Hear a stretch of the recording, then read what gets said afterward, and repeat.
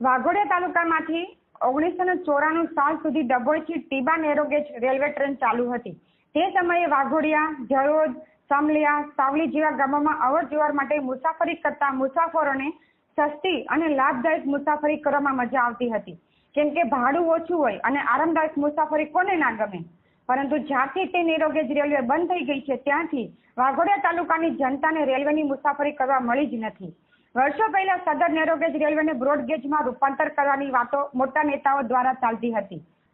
સમય જતાં નેરોગેજના પાટાના નિશાન જોવા મળે છે। આ રેલવે સ્ટેશનની હાલત, આજુબાજુ ઝાડી ઝાંખરા બસ એક નિશાની છે કે પહેલા અહીં ટ્રેન ચાલુ હતી।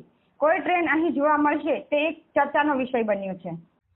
આ રેલવે સ્ટેશનમાં અત્યારે જે જૂની રેલવે હતી નેરોગેજ, તેના પાટા હમણાં અત્યારે કાઢી લેવામાં આવ્યા છે। તે હવે 1996થી બંધ છે અને ટૂંક સમયમાં પાટા કાઢ્યા છે તો નવા પાટા નાખી અને બ્રોડગેજ લાઈન ચાલુ કરે અને મુસાફરીનો ટીંબાથી આપણે ડભોઈ સુધીનું જે જલ્દી ચાલુ થાય તો ઘણું સારું અને મુસાફરીને સારી તક મળે અને એનો ફાયદો બી આપણે ઉઠાવી શકીએ। હવે ટૂંક સમય પહેલા નેરોગેજના પાટા ઉખાડી ગયા બ્રોડગેજ લાઇનમાં રૂપાંતર કરવા માટે।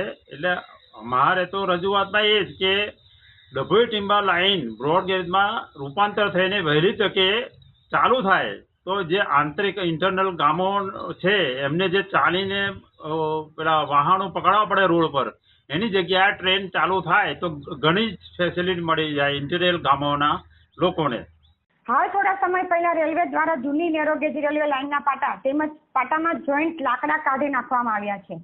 તે જોઈને વાઘોડિયા તાલુકાની જનતાને હવે તે જૂની નેરોગેજ રેલવે બ્રોડગેજમાં રૂપાંતર થઈ રેલવે ચાલુ થવાની આશા બંધાઈ છે। માટે લાગતા વળગતા ઉચ્ચ અધિકારીઓ અને મહાનુભાવો ડભોઈ ટીબા રેલવે ચાલુ થયા અને રેલવે મુસાફરીનો લાભ મળે તેમ પ્રજા ઈચ્છી રહી છે। Reporter Jignesh Shah, DK7 news, Waghodia.